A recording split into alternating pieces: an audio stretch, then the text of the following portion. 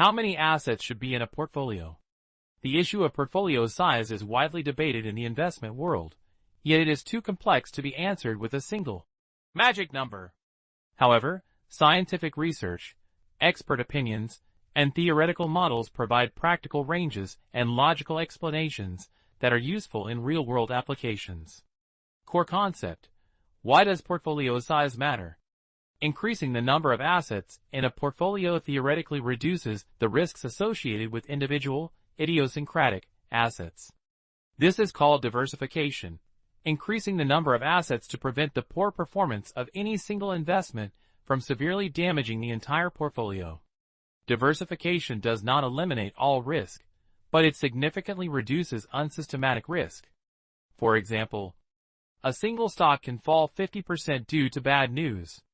A portfolio spread across 20 to 30 different stocks is far less affected by the poor performance of one company.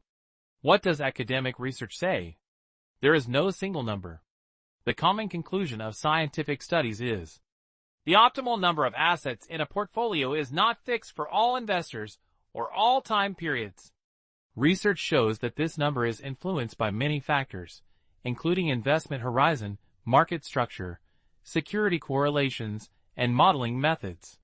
Traditional approach: 8 to 10 stocks. A classic 1968 study suggested that holding approximately 8 to 10 stocks captures most of the benefits of diversification. This finding was especially relevant for large markets with similar risk profiles. More recent evidence: a higher number may be needed. More recent studies suggest that effectively reducing risk may require 20 to 30 stocks, and in some cases even 30 to 50 or more. The reasons include changing correlations between stocks, increased risk factors during certain periods, more complex relationships between global markets. Note: some studies also find that the marginal benefit of diversification declines rapidly after a certain level, meaning that beyond 50 assets, additional securities contribute very little to further risk reduction. Diversification is not only about stocks. Diversification across asset classes. A portfolio should not be limited to stocks alone. An important investment strategy is spreading investments across different asset classes: stocks, bonds, gold and commodities, cash or short-term instruments, international markets. Low or negative correlation between these asset classes reduces overall portfolio risk and volatility more effectively. For example, a balanced portfolio such as 60% stocks and 40% bonds generally experiences lower volatility than a portfolio invested entirely in stocks. It's not just the number, correlation matters.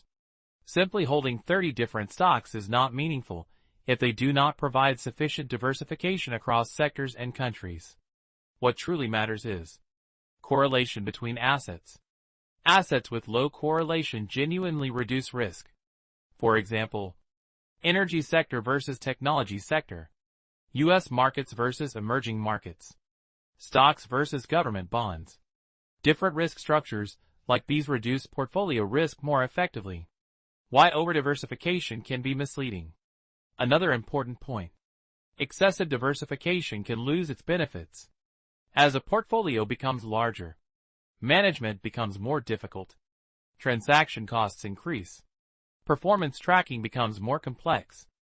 A portfolio with many highly correlated assets already carries most of the existing risk. Adding more similar assets may create costs rather than benefits. For stock portfolios, generally 15 to 30 different stocks provide significant diversification benefits. Holding many more may offer limited additional benefit and complicate management. For multi-asset portfolios, a well-structured portfolio should include not only a sufficient number of stocks, but also diversification across large-cap and small-cap stocks, domestic and international investments, bonds or income-generating fixed-income assets, commodities or alternative assets.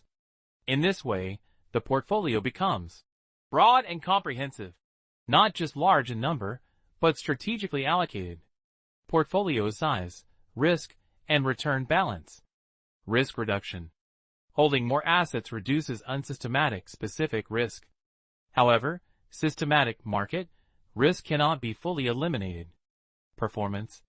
A very large number of assets tends to bring portfolio performance closer to the overall market average, since each asset's individual impact becomes smaller. In some cases, this may also reduce return opportunities. Therefore, beyond the number of assets, it is far more important to determine your risk tolerance, your time horizon, your financial goals. Conclusion: a clear and practical summary. There is no single correct number of assets in a portfolio. However, in stock investing, 15 to 30 different assets are generally found to be effective in reducing risk. Adding significantly more assets often provides rapidly diminishing risk reduction benefits. The most reasonable approach is to create a strategic allocation based on your goals, risk tolerance, and asset types. In short, portfolio success does not depend solely on quantity. The quality of diversification, asset correlations, and periodically revised strategies are the true determinants of long-term performance.